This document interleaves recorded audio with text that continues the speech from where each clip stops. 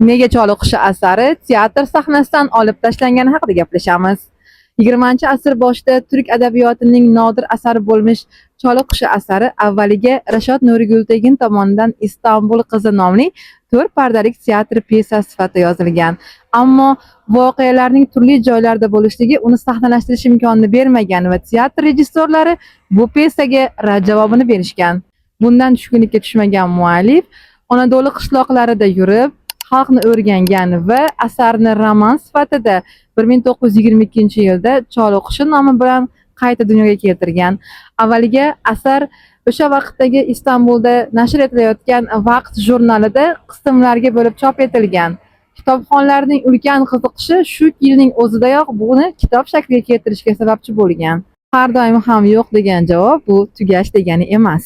Keyingi qismlarda biz siz bilan nega aynan Istanbul qizi nomini Choliqushiga o'zgartirgani haqida gaplashamiz.